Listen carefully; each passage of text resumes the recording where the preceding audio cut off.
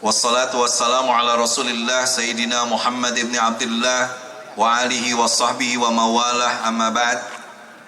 Ashabal fadilatul a'izzah, para alim, para ulama, masyayikh wal habaib, wa ala ru'usihim Habib Ahmad bin Yahya, jazakumullah bi khudurikum, atas kedatangan dan juga pembacaan sholawat, sehingga insyaallah kita semuanya mendapat syafaat dari baginda Rasulullah sallallahu alaihi wasallam.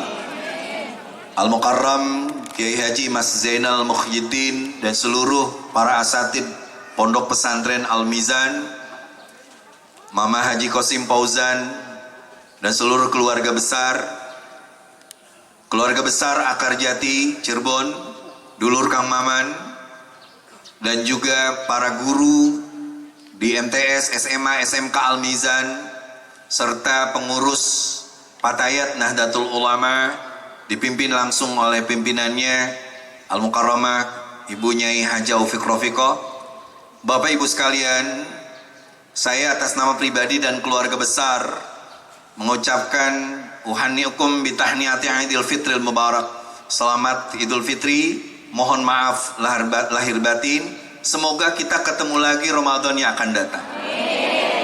Orang yang paling rugi adalah orang yang saat kemarin menemukan Ramadan, tapi kita menyia-nyiakannya tidak dengan mengisi Ramadan. Ada orang yang di 10 hari terakhir Ramadan malah sibuk marema di pasar, kayak Bu Eli. Mudah-mudahan Bu Eli panjang umur, sehingga nanti kalau sudah kaya raya baru sholatnya rajin. Amin.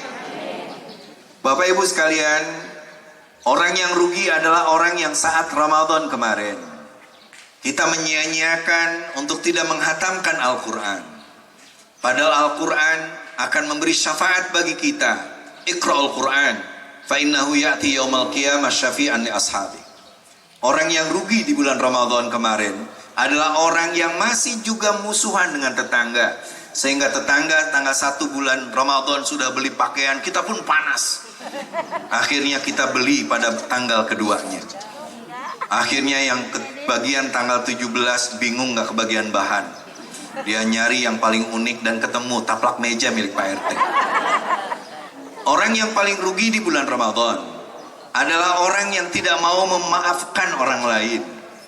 Makanya hari ini kita termasuk orang yang terus menerus saling mengirimkan gambar minal aizin, dibalas lagi dengan gambar minal aizin. Gambarnya saling memaafkan, tapi hatinya tidak saling memaafkan. Termasuk ada yang tidak sopan juga, menyiapkan kue begitu rapi di meja-meja kita, tetapi pas dibuka sholatipnya belum dibuka, sehingga tamu berupaya membuka kue itu dan mengambil kesimpulan kue itu tidak boleh dimakan. Ada lagi yang pintar di bulan Ramadan, mengirimkan daging ke tetangganya tapi dicirian heula. Dia tunggu seminggu kemudian daging itu balik lagi ke dirinya. Bapak Ibu sekalian, Ramadan memang bulan yang sangat mengasyikkan, dirindukan dan aneh. Tetapi doa Rasulullah sallallahu alaihi wasallam mohon diikuti semuanya. Bismillahirrahmanirrahim. Allahumma ya Allah, la taj'al, jangan kau jadikan hadar Ramadan tahun ini akhir ahdina, akhir dari perjanjian kami, akhir dari umur kami.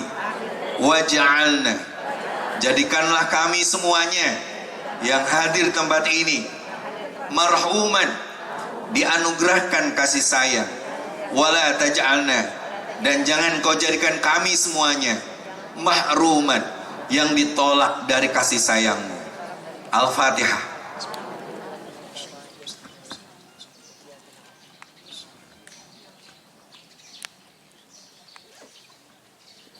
Yang kedua, ibu-ibu bapak sekalian, kita tetap menjaga protokol kesehatan. Covid ini adalah cara Allah memberikan kita pelajaran. Allah sudah menitipkan pesan kepada seluruh para ulama, para habaib, tutup mulutmu, jangan mencaci maki orang, jangan sombong, jangan takabur, jangan nyebut-nyebut milik orang jadi milik sendiri. Kita tetap sombong, kita tetap takabur, kita tetap mencaci maki orang, maka turunlah COVID. Kita pakai masker supaya nggak ngomong apa-apa. Setuju, Bu? Allah pun bilang, cuci tanganmu, basuh wajahmu, agar kamu mau untuk memberi kepada orang lain. Tetapi kita masih aja pedit, pelit, keken mengkene, mergehese, cap jahe. Maka Allah sengaja, ibu-ibu, tiba-tiba orang dengan begitu asiknya dan ikhlas mengeluarkan uang untuk rapid test yang 900.000, PCR. Saya punya menteri, Bu, teman saya, dia kena kemarin COVID-19, dia habis 980 juta hanya untuk sembuh dari COVID. Kita tahu bintang-bintang Bollywood di India mengeluarkan uang ratusan juta untuk pindah ke Baladewa dan Uni Emirat Arab karena ingin lari dari COVID. Allah sekedar mengatakan, kenapa tidak engkau keluarkan uang itu untuk sedekah? Kenapa tidak engkau keluarkan uang itu sedikit apapun untuk saling membantu orang lain? COVID pun memberikan kita pelajaran, ternyata kematian itu betapa dekat-dekat kita. Kalau dulu matinya satu-satu, sekarang berjamaah. Kalau kemarin matinya, oh si Anu mati, sekarang tiba-tiba yang mati saudara kita, guru kita, ulama-ulama kita. Dan Allah memberikan kematian ini. Kalau hari ini mereka yang pergi, besok lusa bagian kita yang akan menyusul mereka. Jangan takut dengan kematian selama kematian itu diisi dengan kebaikan. Jangan juga jumawa dengan kesehatan. Karena dari COVID-19 ini 70 orang yang meninggal dunia justru orang yang sehat. Yang mati yang diharapkan warisannya justru tidak mati-mati. Bapak Ibu sekalian, sekali lagi, kita tidak perlu untuk menangisi apapun kecuali jaga kesehatan, tetap pakai masker. Insya Allah, ibu-ibu bawa apa? Pondok Pesantren Al-Mizan, nanti di bawah koordinasi Ibu Haji Upik, bisa untuk kita minta maskernya agar kita pakai masker. Karena kemarin saya dapat cerita dari Ibu Haji Titin, di Pasar Sindang Laut ada yang meninggal dunia bukan karena COVID, tapi karena maskernya nggak dicuci 2 minggu. Itu bahaya, Bapak. Yang terakhir, Bapak Ibu sekalian, datang di sini untuk mendoakan rakyat Palestina. Kita takbir bareng-bareng. Takbir. Takbir. Takbir. Salam Nabi Muhammad. Siapa Israel? Wah, saya mau ngomong gitu. Israel itu nama lain dari Nabi Yakub alaihissalam. Nabi Yakub adalah putranya Nabi Ishak. Nabi Ishak adalah putranya Nabi Ibrahim. Nabi Ibrahim punya 2 anak, Ismail yang melahirkan nanti Nabi akhir zaman yang kita harapkan syafaatnya Sayyidina wa Maulana Muhammad. Dari Nabi Ishak lahirlah Yakub. Yakub punya anak 12. Anak keempatnya namanya Yahuda. Dia membuat sebuah sistematik keberagamaan yang namanya Yahudi. Yahudi ibu-ibu punya nasib, pernah mengalami kejayaan di zaman Raja Daud. Daud punya anak namanya Sulaiman. Mereka punya kerajaan besar di salah satu bukit yang namanya Zion. Makanya ketika mereka akhirnya di kerajaan terakhir namanya Raja Zedekia, mereka tiba-tiba dikalahkan oleh Romawi, dikalahkan Bizantium. Mereka diusir oleh Nebukadnezar, mereka diusir oleh Romawi. Mereka akhirnya menyebar kemana-mana. Itulah masa di mana mereka disebut dengan Exodus. Mereka terusir dari Mesir tahun 1300 sebelum Masehi. Mereka pun diusir di beberapa tempat, tapi mereka masih punya harapan ingin kembali ke negara impian mereka. Mereka membaca Taurat, mereka pun membaca Injil, mereka pun membaca Al-Quran. Surat Al-Maidah 21 di mana Nabi Musa berkata, wa idh qala Musa liqaumihi ya qaumi udkhulul ardhal muqaddasata allati kataballahu lakum. Wahai Bani Israel, masuklah kembali ke Baitul Quds, karena itulah tanah yang telah ditetapkan untukmu. Mereka terus berambisi Bapak untuk masuk. Tetapi ketika Palestina akhirnya masuk di sana dan dikuasai oleh mereka, orang-orang Bani Israel sedikit-sedikit masuk. Apalagi ketika tahun 1948 hampir 38 juta Yahudi dibunuh oleh Nazi Hitler. Mereka semakin punya keyakinan bahwa mereka harus punya negara apapun caranya. Pelajaran pertama bagi kita, bersyukurlah kita punya tanah air Indonesia. Man laisa lahu ardun laisa lahu tarikh, wa man laisa lahu tarikh laisa lahu tadhkirah. Barang siapa yang tidak punya tanah air tidak akan punya sejarah. Kalau tidak punya sejarah, maka kita akan diburu seperti Israel. Kita akan dikejar-kejar seperti Rohingya. Kita akan dimusnahkan seperti kaum Kurdi. Kita bersyukur punya Indonesia. Alhamdulillah. Maka cintai Indonesia. Hubbul watan minal iman. Di tempat saya berdiri ini akan berdiri ibu-ibu perpustakaan Al-Mizan senilai 4,9 miliar. Jadi tahun depan ini sudah ada perpustakaan besar. Pak Ade dan Pak Haji Asep, ibu-ibu sedang mengupayakan ini dan tahun depan jadi. Dan salah satunya tulisan ini yang nggak akan hilang. Hubbul watan minal iman. Yang kedua, kita belajar dari Israel. Israel itu negara orang-orangnya pinter. Orang-orangnya hebat, tapi mudah sombong, mudah takabur, nggak suka dengan kemapanan. Makanya dia perang melawan Firaun, dia pun hadapi Romawi, dia serang siapapun yang ada di dalamnya. Akhirnya mereka terusir di mana-mana. Hari ini mereka mengusir orang-orang yang sudah punya tanah di Palestina. Apa yang harus kita lakukan hari ini? Kita memohon kepada seluruh dunia, terutama dunia Islam, agar bersatu. Jangan ada orang yang terusir dari tanahnya sendiri. Jangan ada orang yang terusir dari rumah yang sudah dibelinya sendiri. Itu pentingnya ibu-ibu. Jadi kita hari ini melihat bagaimana Hamas tiba-tiba meluncurkan 1.300 rudal dan uangnya ngutip dari orang Palestina. Rudalnya milik Israel. Apa enggak gila, bayangin? Pura-pura membela, pada sebenarnya mereka hidup di daerah yang mewah.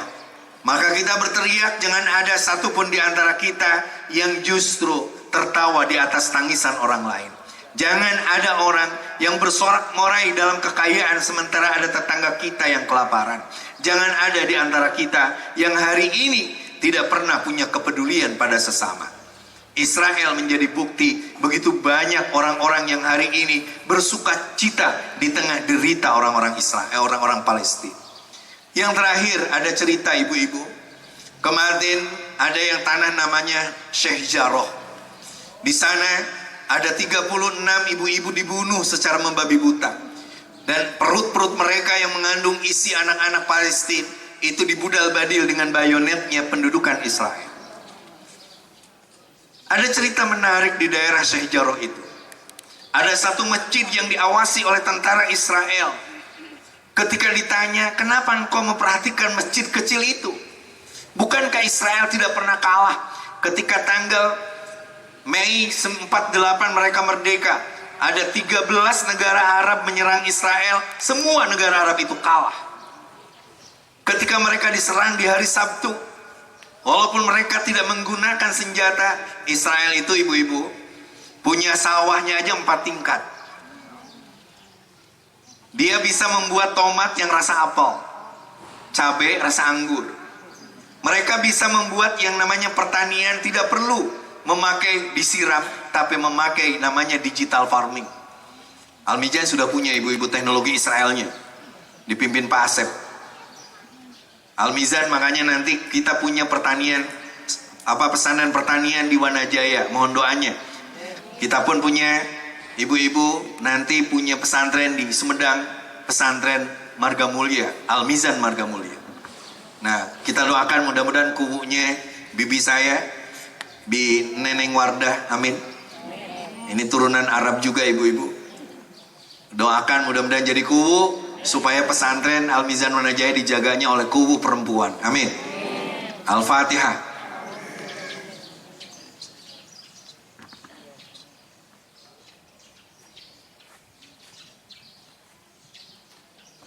Ketika ditanya tentara Israel, kenapa masjid itu dijaga? Kata Israel, saya tidak takut dengan demo sebesar apapun, karena seluruh media dikuasai jaringan Israel. Mereka selalu punya prinsip, the good news is the bad news, the bad news is the good news. Ngertos boten, Bu? Yalah, pokoknya bismillah lah. Yang ikut sawalan tahun ini rematiknya hilang. Ibu-ibu yang bukan akal jati nih, lihat, ibu-ibu ini udah datang dari 5:30, sudah berjejer di sini. Dan sudah menghadap ke kiblat karena punggungnya sedang dibakar matahari pagi. Bapak, ibu-ibu, kata Israel, kami tidak takut dengan embargo ekonomi, karena yang menguasai ekonomi adalah kami. IMF, IDB, seluruh hutang-hutang termasuk hutang Indonesia itu di bawah lobi-lobi Israel. Kami tidak takut dengan demo sebesar apapun, karena kami sudah menjadi negara yang independen. 9 juta penduduknya, tetapi otak di lobi-lobi Yahudi semua ada di Eropa, di Amerika, dan di beberapa tempat. Termasuk negara-negara Afrika seperti Angola dan sebagainya dikuasai Israel. Kata Israel, silakan teriak takbir sekeras-kerasnya. Tetapi Arab Saudi sudah menjadi sahabat kami. Qatar sudah menjadi sahabat kami.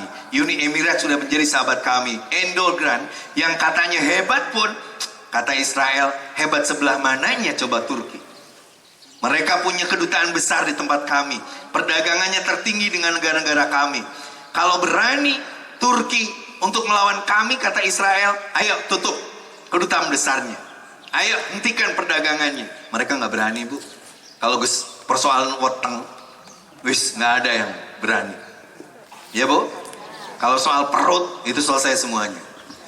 Lalu apa yang kau takutkan? Kata Israel, yang aku takutkan hanya 2. Yang pertama, bila masjid itu sholat subuhnya penuh. Dan yang kedua, bila setelah sholat subuh anak-anak Palestina itu menghafalkan Quran, sehingga di Palestina tahun 2019 ada 10.000, satu tahun loh, Bu, 10.000 anak-anak Palestina hatam Quran, hafal Quran pada usia 7 tahun. Inna nahnu nazzalna dzikra lahafidun. Israel takut bila masjid kita penuh. Israel takut kalau anak-anak kita ngerti agama. Israel takut bila anak-anak kita ngatam Quran. Makanya ayo ibu-ibu semuanya, nanti anak-anaknya yang sudah mau masuk ke SD, ke SMP, ke SMA, SMK, kita masuk di Al-Mizan semuanya. Siap? Lihat anak tetangganya, lihat anak saudaranya. Yang mampu, yang tidak mampu kita sekolahkan di sini, kita didik di sini dengan Islam Ahlus Sunnah wal Jamaah. Ini yang duduk di sini guru-gurunya semua, Bu. Lihat makmur semua, lihat. Coba Pak Nur bisa lihat. Ibu-ibu. Ini ibu-ibunya, anak-anak muda semuanya akan mendidik anak-anak ibu semuanya untuk dididik menjadi orang-orang yang akan membuat takut Israel. Israel tuh nggak perlu dilawan. Cara melawan Israel adalah didik anak kita mengerti Al-Quran, hatam Al-Quran, hafal Al-Quran, dan mengamalkan isi Al-Quran. Itu dari saya. Bapak Ibu sekalian, teknisnya tolong duduknya yang rapi. Nanti di pangkuan Bapak Ibu akan dibagikan ketupat lebarannya. Sudah didoain semuanya. Nah lalu yang nggak beres sebelah sana tuh, red gitu. Setelah itu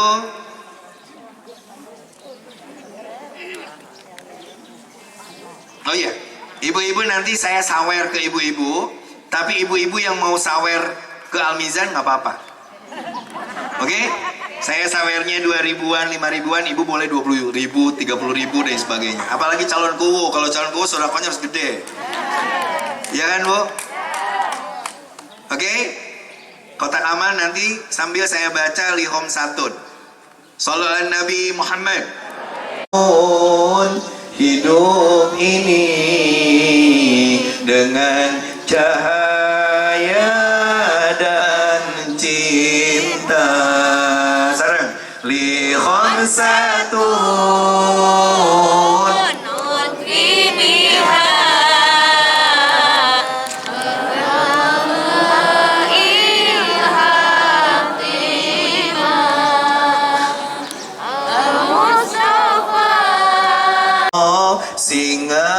Allah,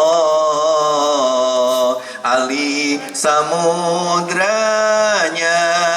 hikmah, li khamsatun.